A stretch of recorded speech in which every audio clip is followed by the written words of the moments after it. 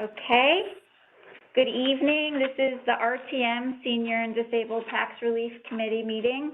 We're having a regularly scheduled meeting tonight, which was supposed to start at 6:30, but it is now starting at 6:45. I apologize. I think that this is going to continue to happen just because of the technology and everything else involved. Let's do the Pledge of Allegiance. I pledge allegiance to the flag of the United States of America and to the republic for which it stands, one nation, under God, indivisible, with liberty and justice for all. Okay, and since we couldn't approve the minutes last time, because it was a special meeting, let's go ahead and... Something you wanted to change, though. On the meeting minutes from the March 30th? Yeah. There was? Oh, Yeah. gosh, okay. Yeah, you emailed me and said, this is wrong, but we can change it. In the meeting? Yeah. Okay. Let me see if I can find it.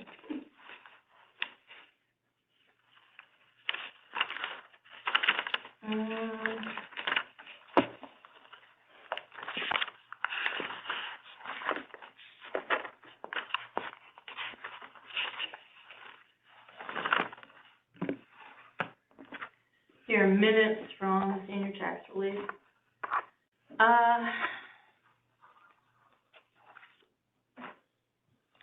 I put in the deferral had higher asset limits, and that's incorrect. I found it. You found it? Yes. Okay, So I'll make a motion to approve the minutes from, was it March? it was March 30th, 2022, but Hannah, you're going to include that change? Yep. As amended. Okay. So motion to approve the minutes as amended with that change, with the deferral. Yep. Okay, You want to second it? I'll second it, yeah. All in favor? Aye.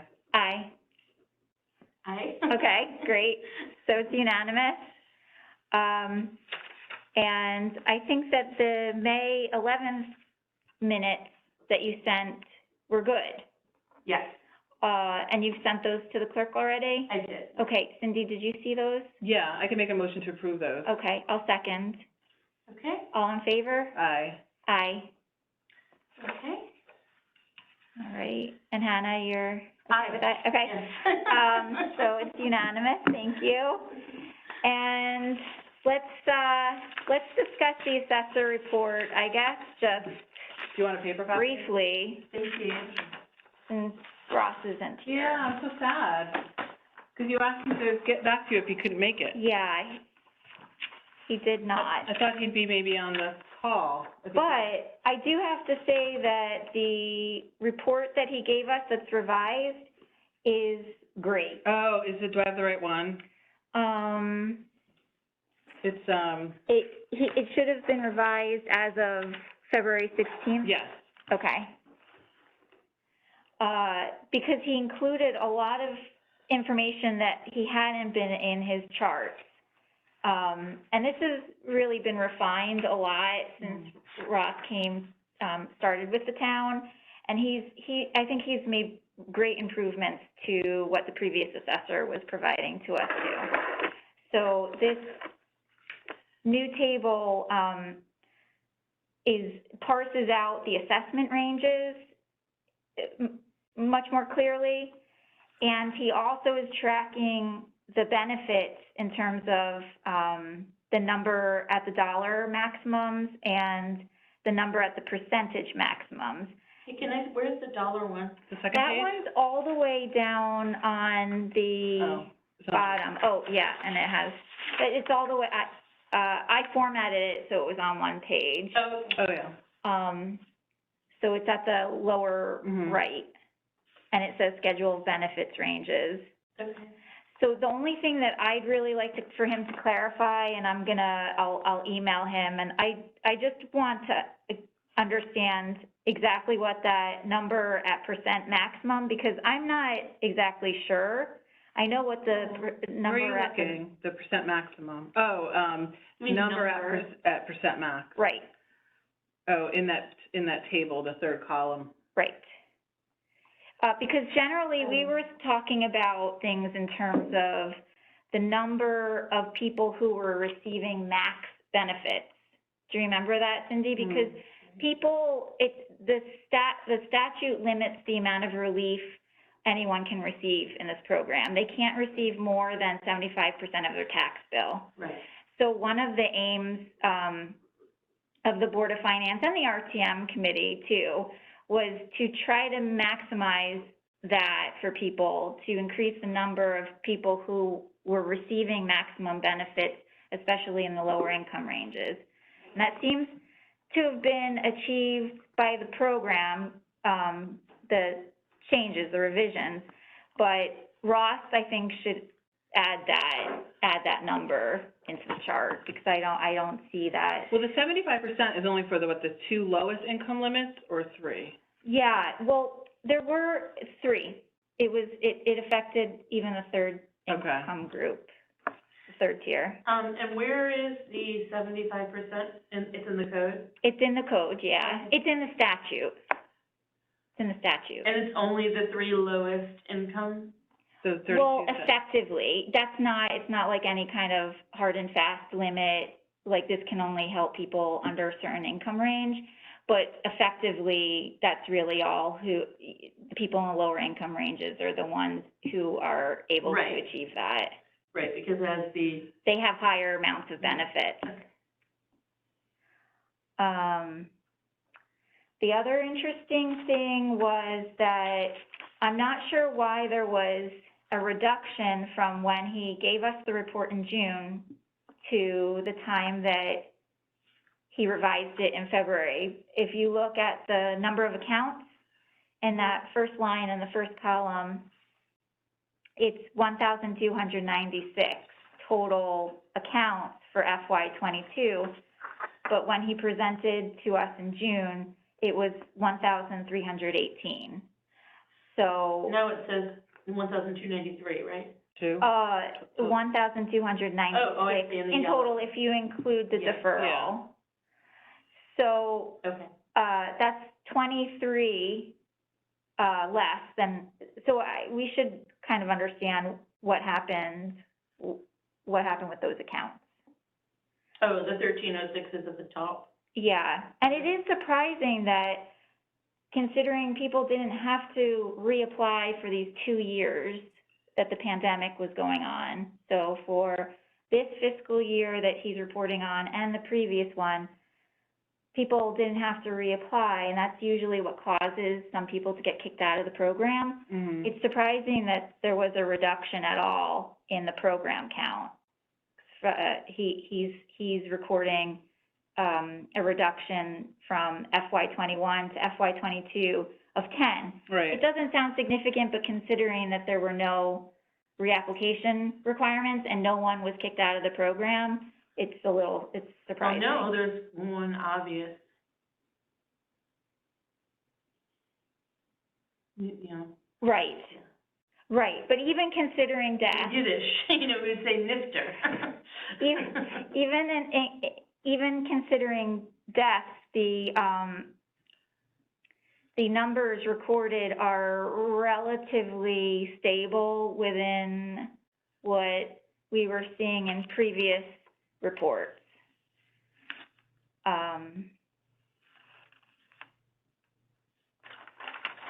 So you were saying that if people don't have to reapply every year, and this year they didn't have to, so you're wondering why it's down, other than what Ross might tell us that we haven't thought of. Right, yeah. But we're only talking about the difference between 1306 and 1296, which Right. is just 12 people. Or 10. It's 10. It's 10. It's not a huge number, but, we don't want to see an attrition for the program.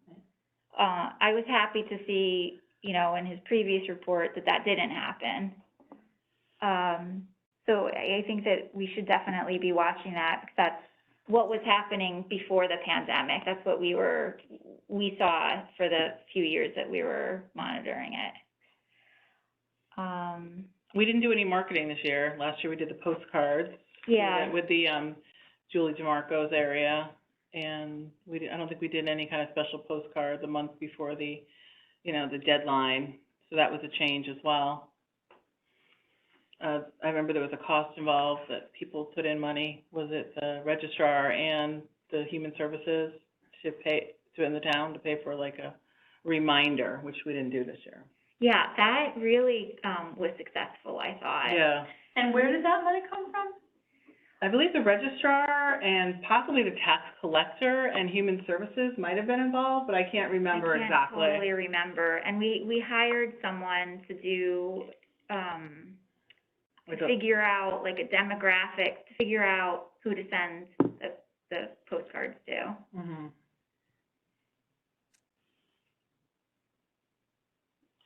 So that was a change. That could have actually activated some more people to. So you thought human services was involved, the registrar, and I'm sorry. Maybe tax collector. Tax collector. And maybe even Ross's office, but I can't remember which of the four actually put in money.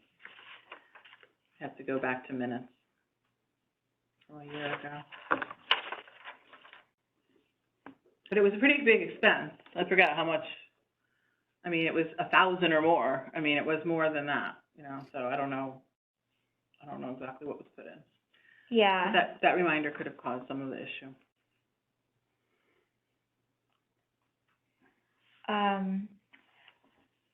Bill and Herb, do you want to tell me the questions that you had wanted to ask Ross, so maybe I can email them to him in the interim between this meeting and our next meeting? Or you could email them to us.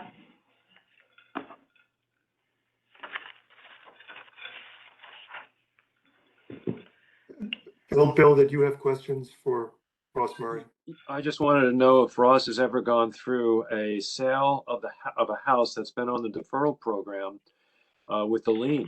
Are there any additional costs to the participants? I guess some of the issues I had is what happens when it goes into probate. What happens to a surviving spouse if the other spouse dies? And now obviously the title then switches over to the surviving spouse. There's a lot of various details when it comes to seniors and households and single occupant households, et cetera. I just want to know whether he's gone through any of the process and how it works. You know, how it works in probate, how it works in real time. Yeah, that was my concern too, Bill, because when I was doing some research on the deferral program, some of the towns talked about like when the taxes are due, just similar to like when we collect, and it was, some towns were like immediately upon death, some were like a time period, some were, I got the feeling that where's the check and balance? Like if I sell my house, I'm a senior, how do I know that the next person coming in isn't going to receive the benefit because they don't have to apply every year? So maybe like next year, like, because is Ross getting the information very quickly regarding conveyance of property? Because that could be a really big issue where somebody who's not eligible is continuing to get some kind of No, because the lien's always, I mean, my parents did this. So, you know, the lien is attached to the deed. But that was a lien, a deferral, but he's also talking about the credits too, I think, right? No, I was just talking about the lien, the deferral, just the deferral program. Okay. The lien is attached to the deed, so. Okay, the lien, yes. Okay, I was thinking. Sold, it's automatic. I was thinking the credit. Lien gets paid. My concern was more like based on credit. If I sell my house to a 35-year-old, but I'm 68 receiving a credit, when they buy the house this coming, you know, June 1st, does Ross get something immediately to show that this household should never receive credit again because there's now a 38-year-old couple and young kids living there? Like, I don't know how good our system is, how modernized it is. So that would be one of my questions to, you know, tail off of that question. But it's done through the person. No, I know, but in the case where you were mentioning the deferral, that's a lien, but the credit, since they apply every year, but they don't have to apply every year, if they meet, like, I'm on Social Security and pension, it's not gonna change much year over year. So Ross says, don't come in next year. So that means like. But your tax bill is under your name. I know, So but I've been hoping he gets it. Like, yeah, I'm sure he's notified whenever there's a sale. Yeah, I'd just like to ask his department, like, how quickly he receives that kind of information, because we'd hate to, like, you know, put the benefit in the wrong people's hands as well, you know, that aren't, you know, deserving of it. I think it's a good thing to check. Yeah, because we don't know. I don't know how those systems Sure, work. I mean, we can definitely ask, Yeah. we can always ask. He But But does, it's in your, you as the taxpayer, you know. he does get Herb, do you mind just saying notification. your name and your address for the minutes? Yeah, sure, Cindy. Herb Limecooler, 83 Spruce Street. Leim? Kuhler, like a summer drink. Yes. I think I've looked you up I'll have before. that one right I now. think it's not an easy name to spell. I'm I sorry, just- what was your address one more time, Mr. Line-Cooler? Sure, had 83 Spruce Street. Thank SPRUC, like the Bush Street. I got it, yeah. I just wanted to validate what you said, I think, Hannah. He does get notification of sales. In fact, he updates his database with new sale information. I'm not sure how often he updates it, but throughout the 5-year period between revaluations, his database identifies updated sale transactions. And upon a sale, usually there's a title search that has to be conducted. So the title search company would obviously refer any liens to the lawyers in the sale. The other question I guess I have for Ross is the equity in a house. And obviously, it's not going to be an issue in the first few years of a deferral. Let's say somebody has a deferral for 10 or more years. Who in his department, or is there a check mechanism to ensure that there's enough equity in the house when the house is sold to pay back the town? Well, the equity doesn't have to be in the house. It the town is sold, recoups its lien from the sale of the house. But you're saying the house is worth 400 and they have a mortgage of 410, Or something like that, and they owe the town $100,000. and there's no equity to pay the full deferral amount. Exactly, because it's exactly. market downturn. Right, so if the sale of the house was below $100,000 would be the problem. If you were. Well, the the sale of the house or the equity within the house. I mean, in terms of if the house had a mortgage of some type. Value of the house, yeah. I would think they'd have to come to the table with money at the closing to satisfy it, because isn't the mortgage the first lien and then the tax deferral a second lien? Well, the house probably couldn't get sold. So the question I have is, how is that town going to recoup the money? Okay. Because now you're in a negative balance. You're in a negative balance situation. Right. The sale of the house is not the equity from the sale of the house is not going to cover the deferred taxes totally 100%. No, but the deferral, yeah, you're right, because it's second place to the lien. It could be even third place to a lien if they have a mortgage, a home equity, and a deferred tax. Right, or they have a reverse mortgage. Right. Like many seniors do. Okay, so I do reverse mortgages for a living, and you're not allowed to do deferred taxes. So if I have a client who has $36,000 of deferred taxes, they have to pay it off at the closing of the reverse mortgage, and they cannot start the deferral up again. The tax bill will go to the lender as well as the client, but no, they cannot start a deferral program again. It used to be back in the days, the early 90s, they did allow them to keep that, but no longer. And that's an FHA. That could be a contributing factor to people not participating in the deferral program if they have a reverse mortgage. They can't. Then, they wouldn't be able to participate. Right, they'd have to pay it at the closing of the reverse mortgage in full and and they actually are told in their sample loan note that they can't start it up again. Wow. That's interesting.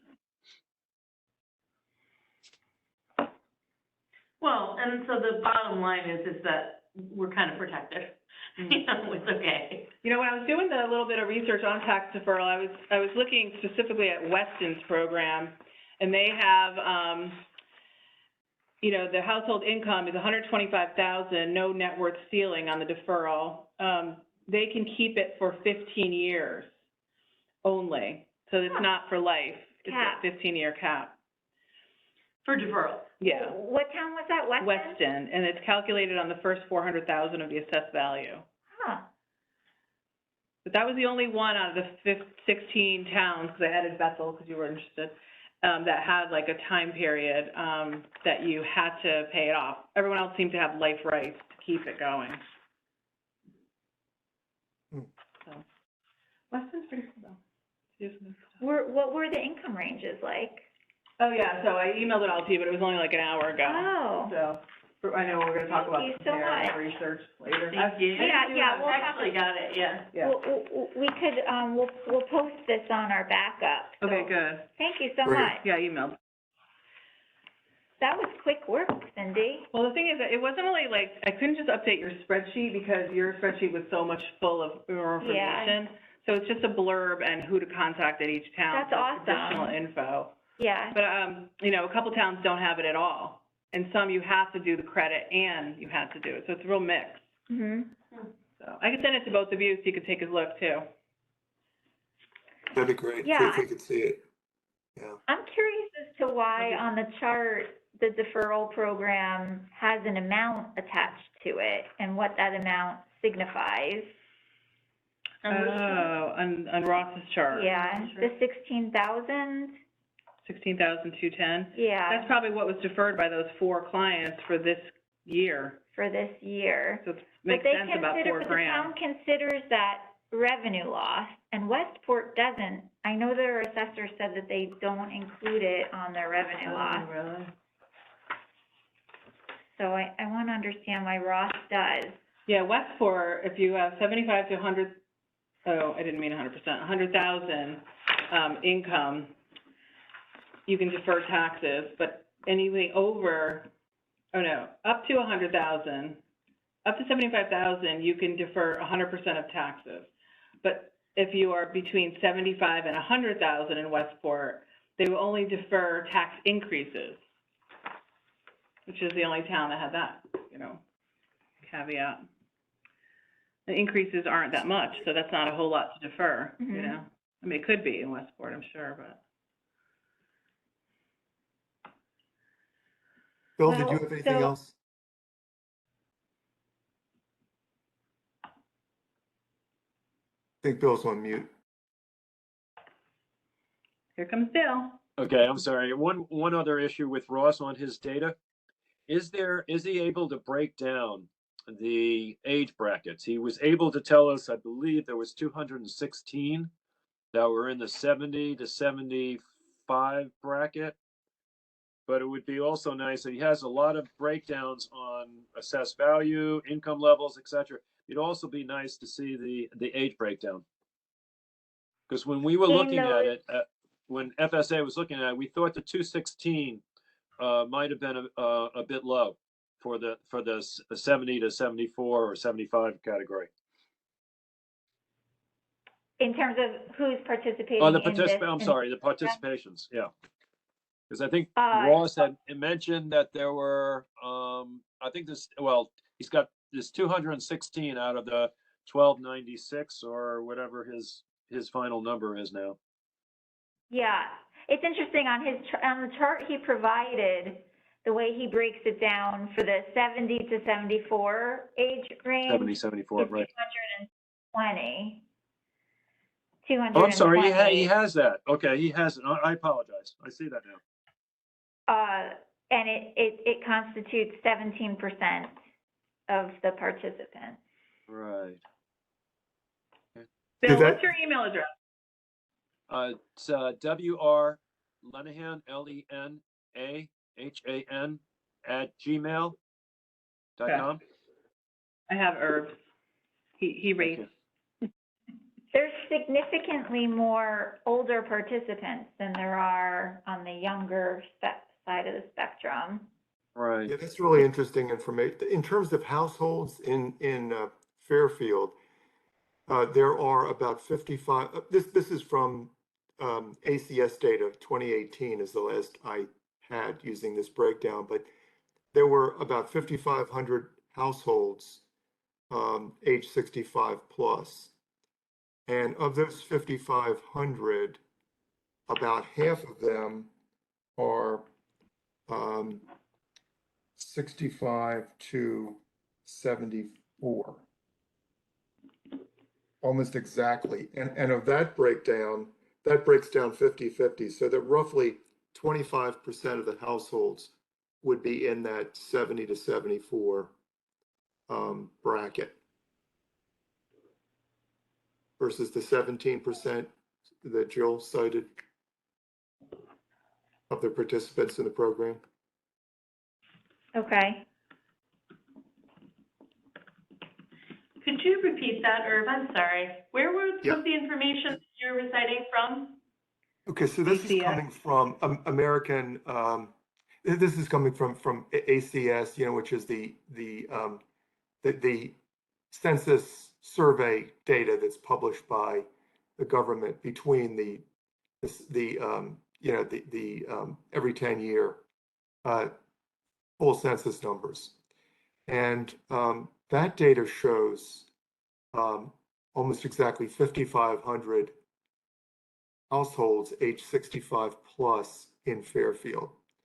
That's a little bit more, that's about 26 or 27% of the total number of households that have senior representation. And of that 5,500 households, almost exactly half of those are between 65 and 74. And of those, it's 27, it was like 2725 out of 5490 were between 65 and 74. And data that we have from another source, FSA has, shows that there's pretty much an even split in terms of household composition in 65 to 69 versus 70 to 74. So that would mean that roughly 50% are between 65 and 74 of the total. And of that cohort, it breaks down 50-50 between 65 to 69 and 70 to 74. So roughly 25% between 70 to 74 versus 216 out of 1296, which I think you said was 17, Jill? 17. 17%. Yeah, it's on his chart. 17%. So it's a bit of an anomaly, but they're relatively small number. I mean, I guess it could bounce around the 216 number, but I haven't looked. I'll have to look and see what the other age breakdown is. And this we're trying to pin down so that we can understand any kind of potential impacts if we were to expand the deferral program from where it is now, age 75 down to age 70. Well, two things, I think. One is it's be interesting to know why it seems that the 70 to 74s are disproportionately represented in the credit program. But secondly, I think if you want to handle in terms of how many people would be eligible if the age were dropped from 75 to 70 versus 75 to 65, I think we could give you a pretty good handle on that.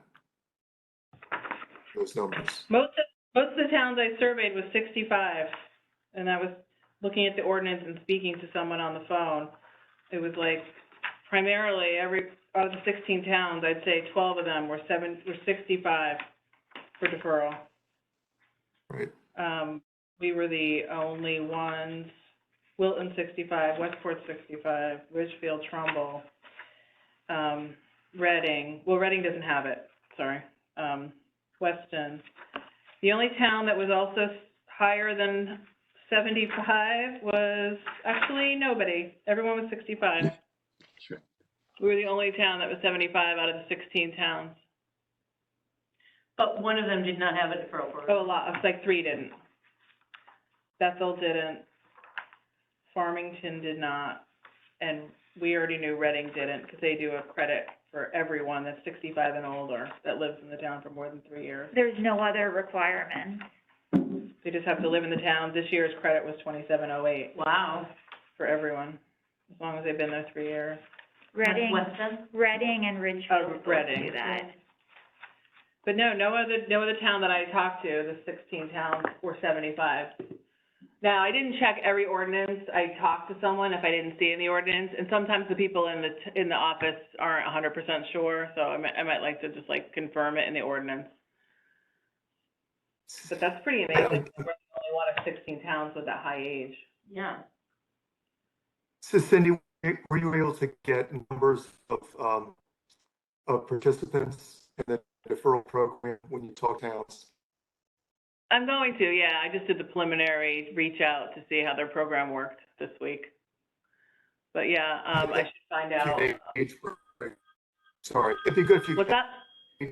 It'd be good if you could get an age. The age. Person you speak with. Yeah. Hi, what's up? So like the age bracket of who's participating in deferral? Oh, I have a meeting. Yeah. That would be, yeah. Yeah. I didn't make anything for you and Sam. And then their population, just to see if that's changed All right, since sure. we did the report in 2018.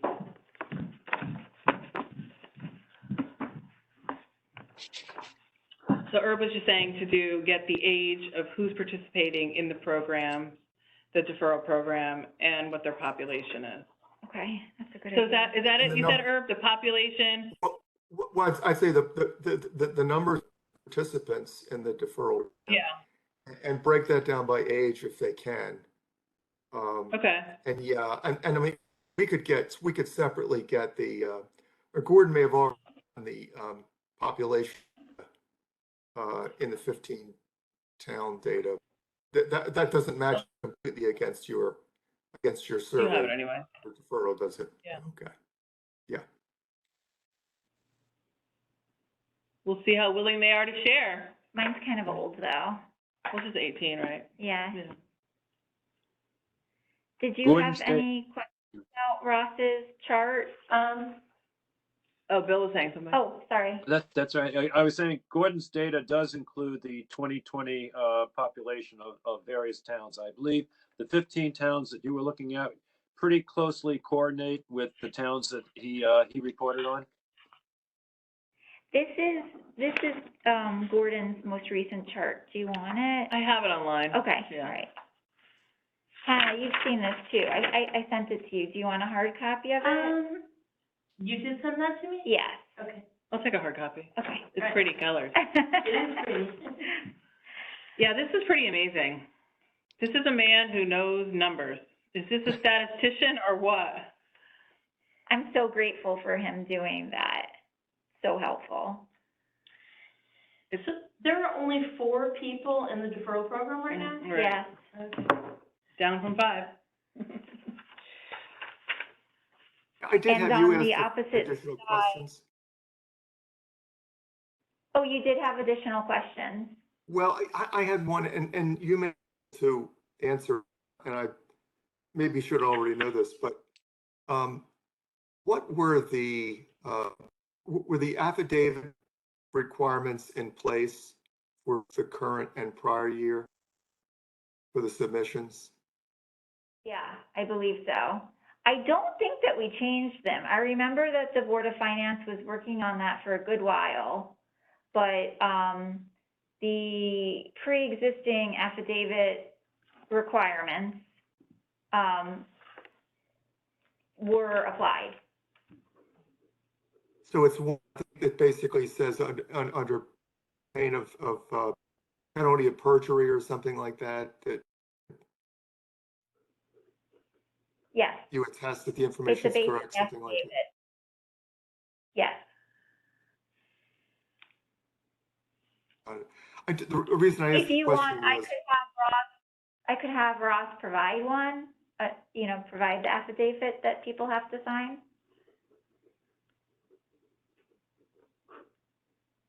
Yeah,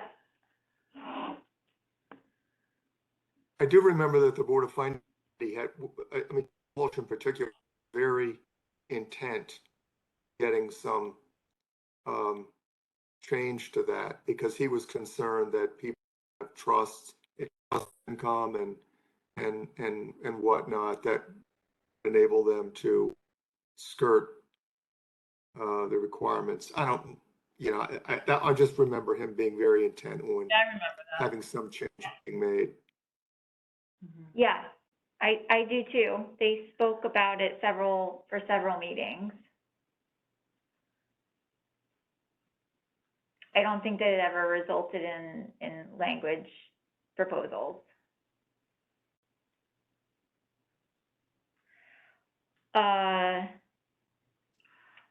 Were those all of your questions? I guess I have another question. Oh, well, actually, as you do the research with the other towns, how are some of the other towns getting over the negative stigma of a lien? I believe, you know, we feel that, you know, I believe Ross even felt that the participation on deferral program was because some seniors are hesitant when it comes to a lien. I didn't really ask that, but I did notice that the interest on the liens varied quite a bit between 1% and 4%, from the towns I talked to. And they changed every year, and they said to really specify with the tax collector what that is. So the stigma about a lien and how they overcome that. How they overcome it, yes. It would be Right, 'cause that's a interesting for scary us. word. Yeah. Perhaps it's a And that's marketing like, program that they use within their town. so you think like just when they have a conversation with their resident, like how do they actually market it? Well, the town would probably be marketing it. You know, maybe they're marketing it in a different way than we are. Yeah, when they're face to face and they're talking about the programs, you mean just finding out what they, the residents think of just having a lien? I mean, we've Correct. done meetings at the senior center and, you know, people come up to us after the meeting, you know, and ask us about the lien, but it is somewhat embarrassing for some. But I mean, so they ask privately about it because I guess they want to make sure that, you know, it's like what they want to do because so many, I think it was disabled people that we had spoke to at our senior center that said they, you know, they were interested in the lien because they didn't have the money. They needed the cash flow. They needed to save money and they didn't care about the credit being a better program. They wanted to not pay until they moved. That was it. So, but I mean, I could find out how they get over the stigma if they'll even like get into that with me. Well, certainly for a town that has a number of deferral program participants like Westport, it would be good to know if they did anything special in terms of education and marketing Right. and you know, there's no question but that we would have to do that to expect to get significant take. You're right. It's all about the sale of it, right? The sale of why it's good for them. And a lot of it is just cash flow. I mean, doing reverse mortgages, a lot of my clients are like, I don't have the money to prescription drugs and insurance and other things. So I need to not pay something and to have the opportunity to have it be their taxes, at least a portion. That's another thing too. It ranged from the different towns from 50% up to 100% for deferral. So much in between, you know. We cap it. Our program is not, 50. it's not appealing. It has very, constrictive, limits. So I feel like if anybody kind of weighed their options, the credit program, if you have to pick between one, the credit program really does win out. Right. But the only problem is Unless you don't want to have. that's with all that we're spending right now, it's probably going to be a challenge to try to get that significant monies credit program going forward. And you know, the best people have, and it's also becoming it's also hard for seniors a place to live. And you know, realtors saying that one reason there hasn't been more turnover and there are so few homes on the market right now is that, you know, that people don't have options. So this would be an option for you know, a senior household. Mm-hmm. I have a question for the Lowering- committee. Yeah. Does Ross, has anyone asked Ross if the deferral program in his mind is a no-cost situation to the town? Because, I mean, the way I look at it, with the accrued interest and the town being paid back at a later date, doesn't appear to be any incremental cost to the program. But perhaps Ross may be able to identify that there is a cost. That's what that was one of my questions for him, because I don't understand why he lists any kind of revenue loss from the deferral program annually with his reports to the RTM. And so I do want to I want to understand why he's including that as revenue loss, because I agree with you. I don't think that it should be considered a revenue loss. It's like a future value, is it? Well, It not has a really. future You're getting value? it back. Your accrued interest is covering the cost for the town, in any Right. particular year. And it's indexed, there's an index. So if the interest rates go up, the index will go up, and the taxpayer will ultimately have to pay the increased interest. The question you have, Representative Vergara, is there's two ways to list the non-revenue that you get. One would be, as he's doing, a loss, and then when he gets the money, and when the town gets the money back, then you would refer to that as a miscellaneous gain. But then other towns, as you mentioned, are looking at it as, as a balance, a wash, that they're going to eventually get the money back at a later date with accrued interest. Right. I don't even know what our interest is for the town of Fairfield. I didn't look that up. I guess, tax collector would know. Or Ross. I think it's in the ordinance. It's in the ordinance. It's tied to some type of index, some type of bond buying index. 3%? Or a floor, maybe 3% might be the floor. Oh, 3% is the floor? At the greater of the annual percentage rate of 3% or the rate on a 10-year U.S. Treasury note. Oh, okay. The greater of. So that's substantial, 3%. One town was 1%, and it was consistently 1. Every other town was going to change, depending on a Treasury or another index.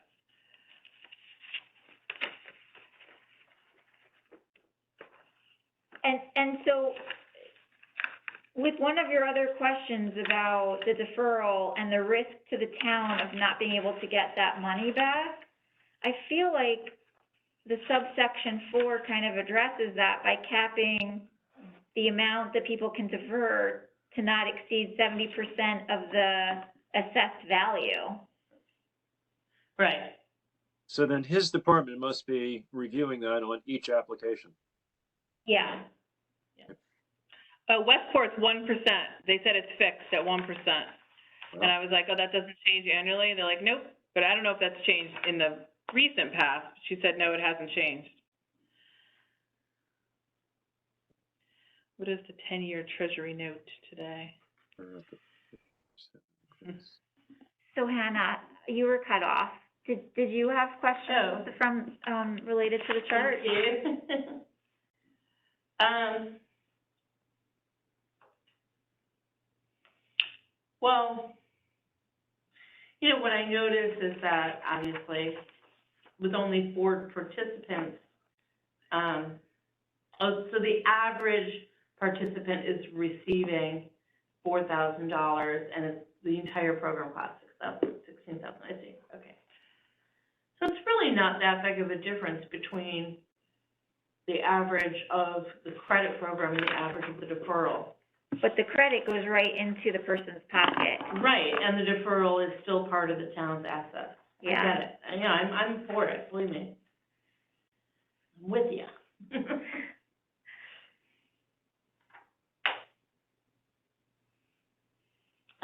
Yeah, just double checking.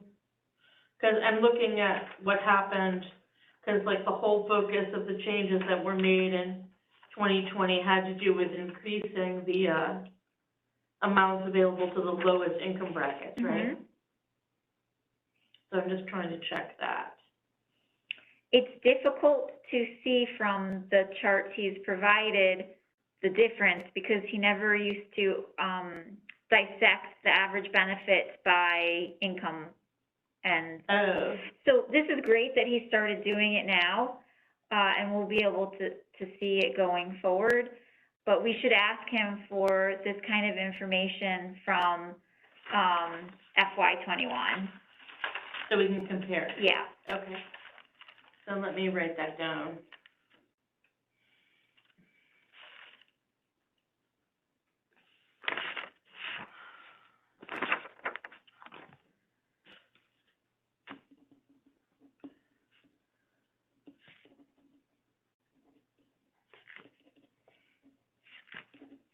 And, amount of participation, I'll just say.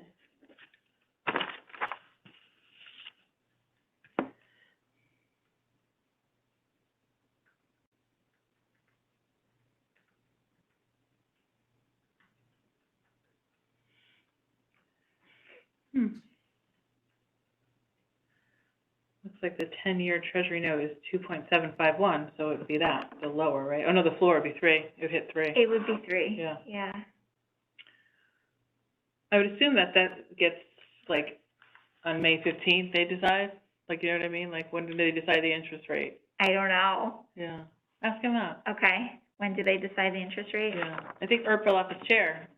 I only see, like, a folder in front of his face. You used to go to the FSA meetings, Jill? Which one? Did you go to the FSA meetings when they have them? Occasionally. Yeah, I should start going to those. Get more background information. This chart is like, you have to sit down and really look for a while. Did you have any more questions, Cindy, about No. okay. Bill, I think that some of, other answers to your questions are like in the ordinance, as it relates to some of the procedures, because we fixed some of the tax collection procedures specifically for deferral liens, and, that was because Dave came to us and said there was too much ambiguity, and he wanted to really understand exactly when to collect.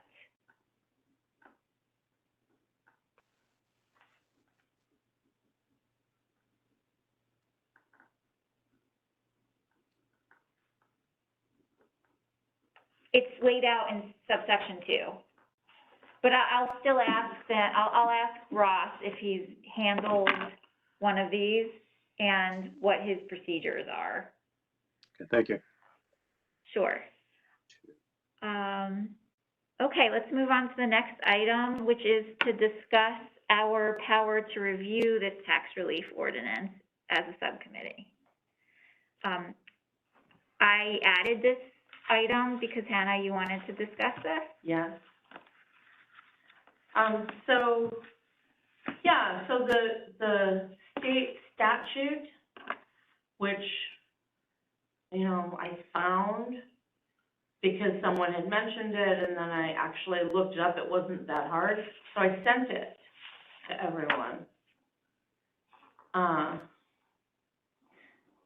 See if I can find it. It's Connecticut General Statute, Section 12-129N. Yeah, let me just find it.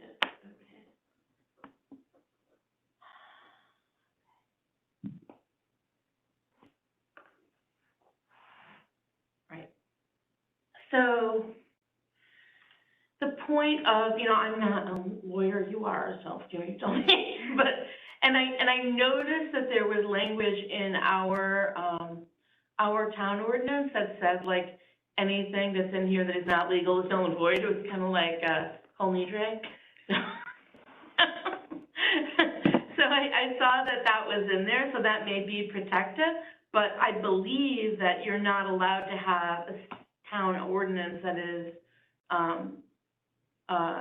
that is contrary to the state ordinance. But forming a committee is not contrary. No, I'm completely, I have no problem with the idea. And we can review it, and the idea is that we can review and do this advanced work. Sure, yeah. And, come up with a report. Yeah.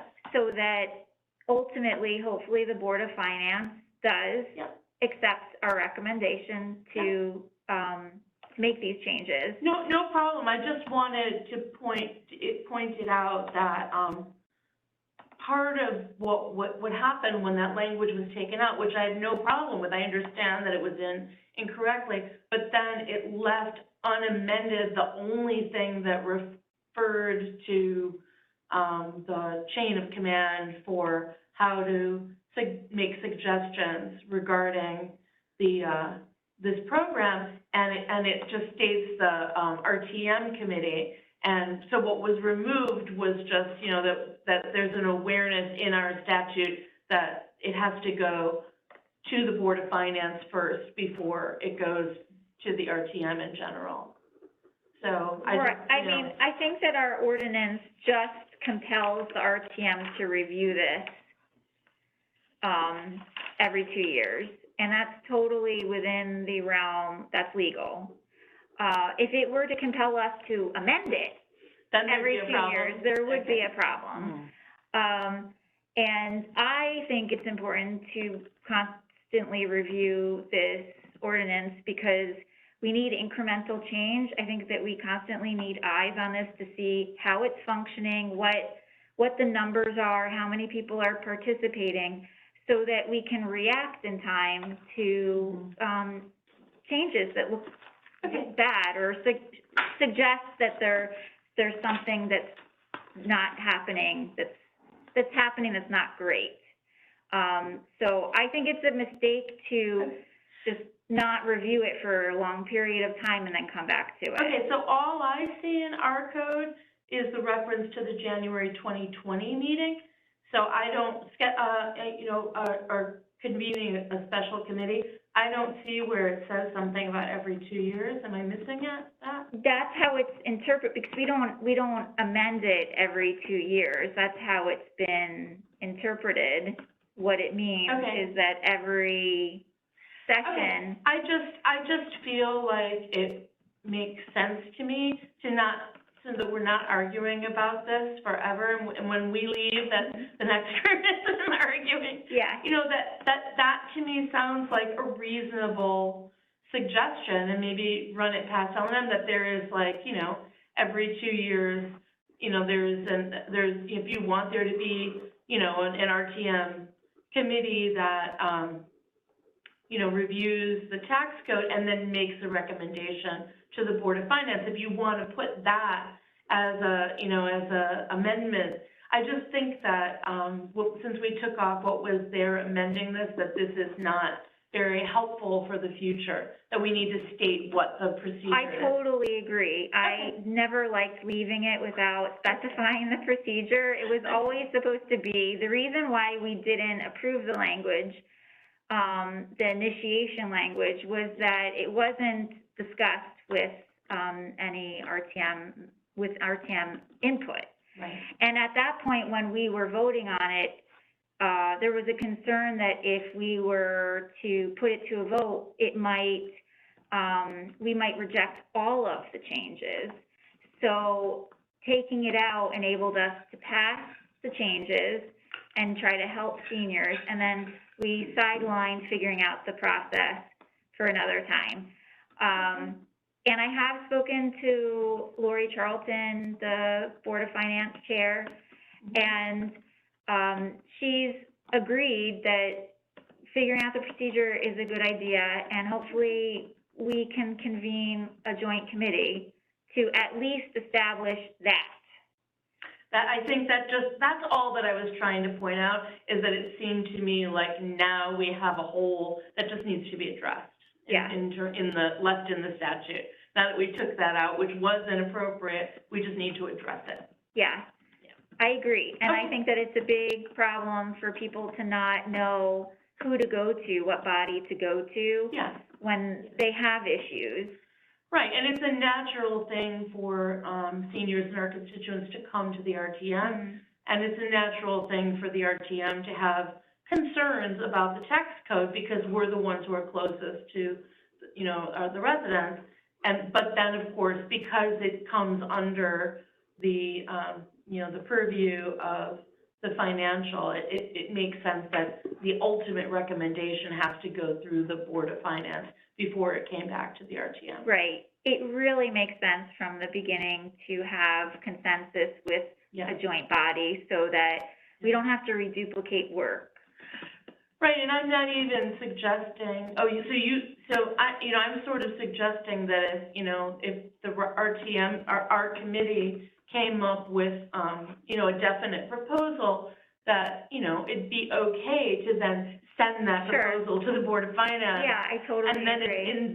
it's their purview to decide how they're going to respond to that recommendation. Yes, that's what happened before. My concern is that, and we're gonna do that again, hopefully in this next year, a joint committee will be convened so that the same amount of time that was spent the last time Right. in review will not happen again. Right, and we wanna create the procedure so that it's, impervious to these balances shifting politically, so that it doesn't really matter whether it's Republican or Democrat or whatever, that the job is getting done. Right. Of addressing it, yeah. It's a nice way to handle it too, because the Board of Finance members have different terms, so there will be continuity through the body. Sure. My concern with the RTM always reviewing, was that there could be a complete erasure of historical knowledge, and a committee would be starting completely from zero. Right.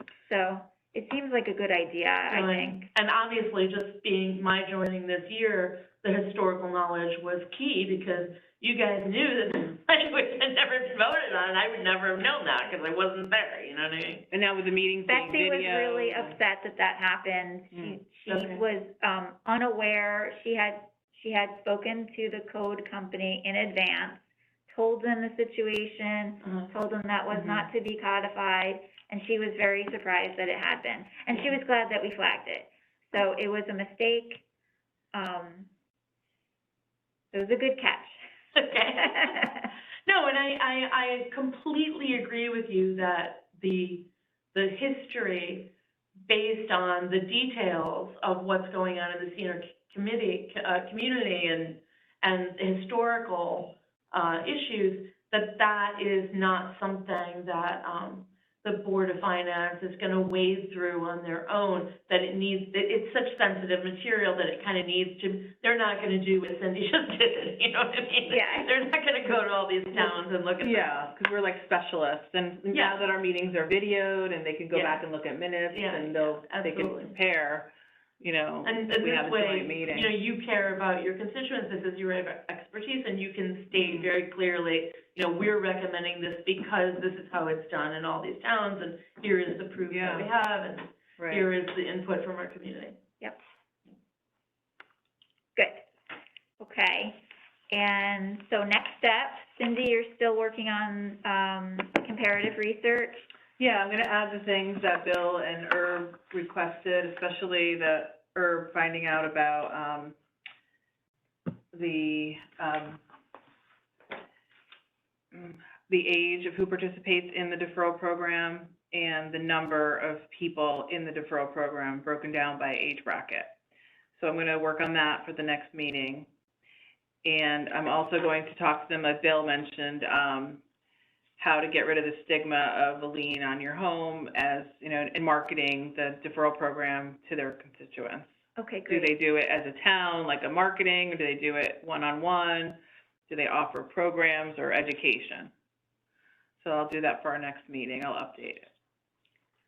I'll ask Gordon to come to the meeting next time to talk good. about demographics. Ross is going to be giving his report to the RTM in June, so I'm not sure, I don't wanna waste his time really to do our meeting the fourth Wednesday and then the Monday following appear before, or actually it's the Monday, it would be the Monday before for the committee meeting. Yeah.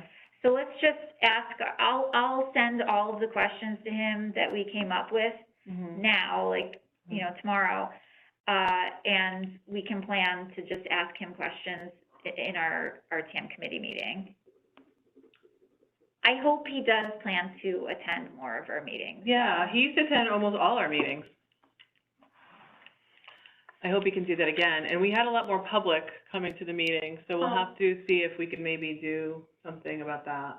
Well, and that's just why I really feel that it's important to codify the significance of having an RTM special committee for this, and that the procedure would then be a recommendation to the Board of Finance, because I just, you know, we want people to have respect and for the legitimacy.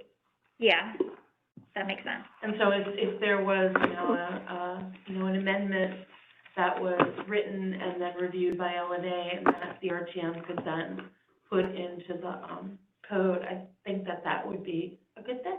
It would be legitimacy, and, and we would all, no one would fight anymore.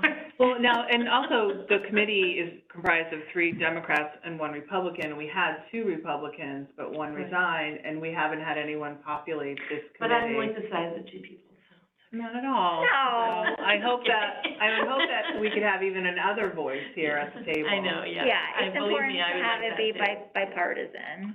But can we, press for that?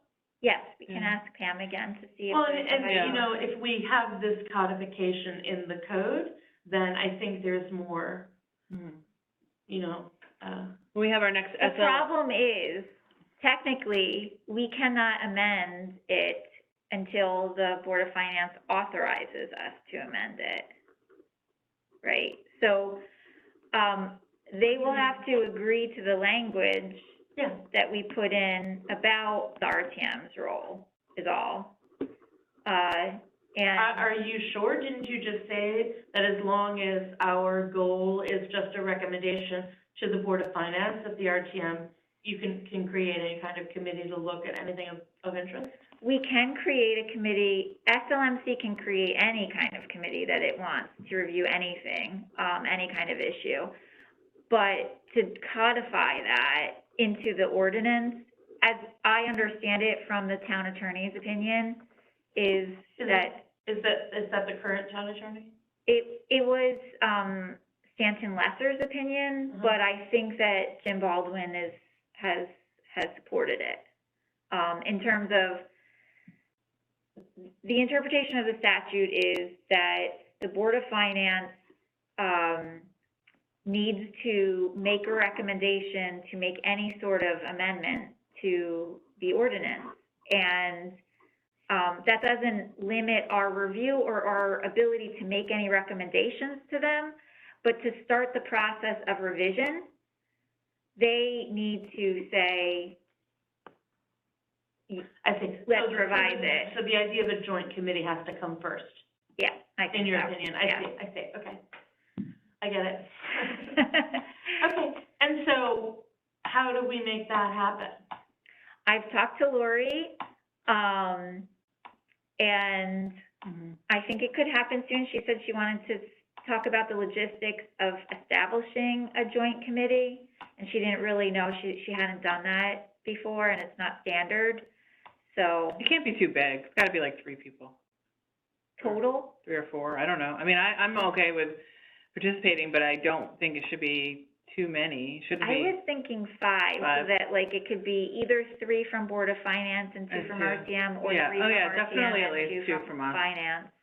At least 2 from our group, I think, yeah. Just because, like Hannah said, they're doing a lot of things, and they might rather have 3 from us and 2 from them, Yeah. so that we can do a lot of the background work. That's what one Board of Finance Would you be member willing to had be on it? recommended. Yeah, I think I would too, and you would. I know Mark's busy as moderator, so I think if 3 of us wanted to do it, I'd be all for it. Okay. Yeah, you know, I think that, we're a little bit behind we're in the Stone Age with regards to this, and it's a problem. I agree with you. The synergy will Especially be with the important. deferral program, it makes absolutely no sense to me that there is not, Lower. because as, I can't remember which one of you said, but this issue of senior housing is really a serious issue right now. I have a patient yesterday, who's a renter in New Haven, an elderly woman who's still working, and the rent in her building is like $3,000. Wow. And. So what town? New Haven. Yeah. Oh my gosh. Yeah, just a little, New Haven apartment that she's been living in for a really long time. She's a para, in a public school. And Oh my it's just God. becoming, for a single person, it's unlivable. So of course, we have to find a way to try to help people stay in their homes. That's just the general trend that, I believe senior advocacy is going in general, right? Is that it's much better for people to be able to, to remain in their homes as long as possible. Yeah, I think that there are a lot of positives to that. It's not just helping the seniors and staying in the town. I also Right, think it's the that balance the of the long-term, town. yeah. Sure, no, I've heard you say that, and I've agreed with you, all along. Urban, Bill, do you know what the waiting list is now for like, Parish Court and, Trefoil and Pine Tree? I mean, it's impossible, really.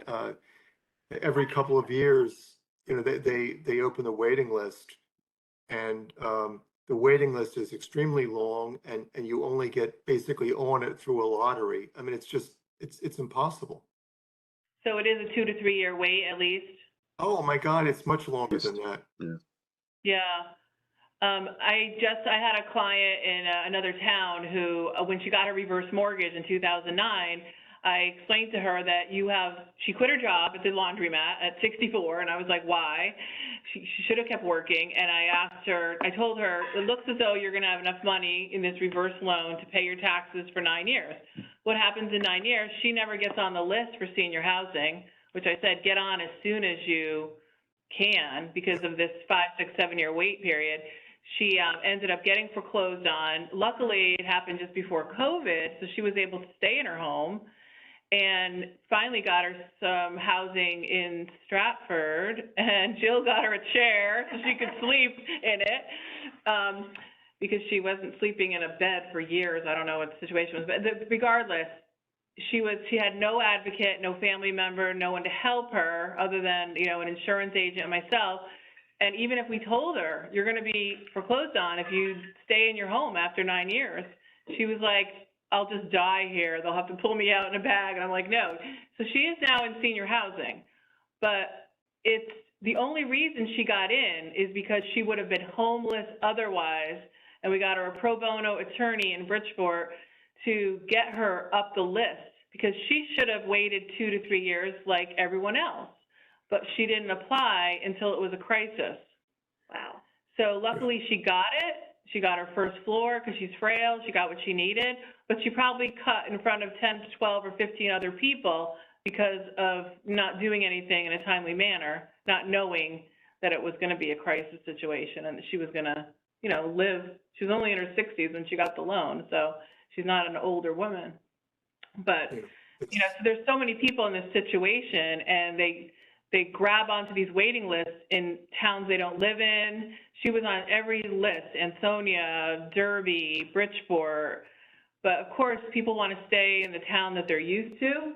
They want to know that they're near a bus line, that they can get to a grocery store, that they have a good senior center like Fairfield that can get them on a bus to go to a store or go to a bank. So they're so scared, they're so fearful of what's coming, and that's why some would just rather ignore the situation until it is a crisis. So. You're such an asset. It's very well said.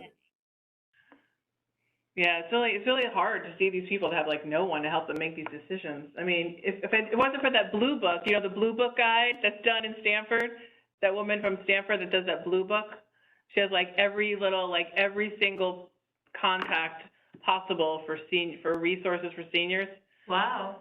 But, she charges a lot of money to put an ad in there, but the fact is, it's a really good book, and I think they drop off 50,000 copies a year in Fairfield County. You guys know her, right? Carol something from the Blue Book? It's like a... I don't. I don't either. You No, know? we don't. You I'll should, I get you guys guess. a copy of it. Sometimes they're actually in the stanchions around downtown near the community theater. I think she's got one in front of Bank of America. But it's like a 80-page color glossy book that she puts out once a year, and they deliver it to all Fairfield County homes and doctor's offices and senior centers, senior centers. And it has literally every resource of every senior living that you can get on waiting lists, including attorneys and other people that they need. So it's probably one of the best things out there. I'll get you guys a copy. That'd be terrific. Yeah, thank you. Thank you.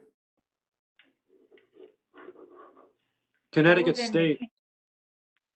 State also is very concerned and wants to incentivize people to stay in their homes. There's a lot of different programs that are ongoing. One of the programs and one of the bills, I believe, from the Aging Committee that was able to be passed was transportation under Medicare and Medicaid to adult daycare. So if a particular spouse needs adult daycare and the surviving spouse has a problem, or maybe no car at all, that there is transportation services and the cost will be covered. There's other issues. I think there was a revolving loan bill. I don't know whether that got passed or not. There was a short session in the Connecticut General Assembly this year, and many bills either stalled, didn't get approved, or somehow got sandwiched in with the governor's budget, so they may eventually get passed. But it was a crazy year up in Hartford this year with various bills, especially some of the bills that we were advocating. Do you know whether that bill that Gordon was working on was just dropped, or was it put into the budget, or no? I was told that it was not. They dropped it. Yeah, Gordon told us it was not successful. Okay. That's unfortunate. That could mean a lot of money for the town. It's significant. It's approximately $400,000, I believe. Yep, annually. Circuit breaker, Yeah, right? so we'll go back to work on that earlier next year. That we definitely are committed to trying to pursue that, and we'll stay in touch with you on that. Okay, good. And just to note too, on anyone that's like looking into reverse mortgages, because the rate environment being what it is and the expected rate on reverse mortgages for people applying now being well into the 5s, even though it starts in the 4s, it used to be where like if you were 62, you could access 50 to 55% of your equity. And if you were like 90, you could access like 75 to 80% of your equity.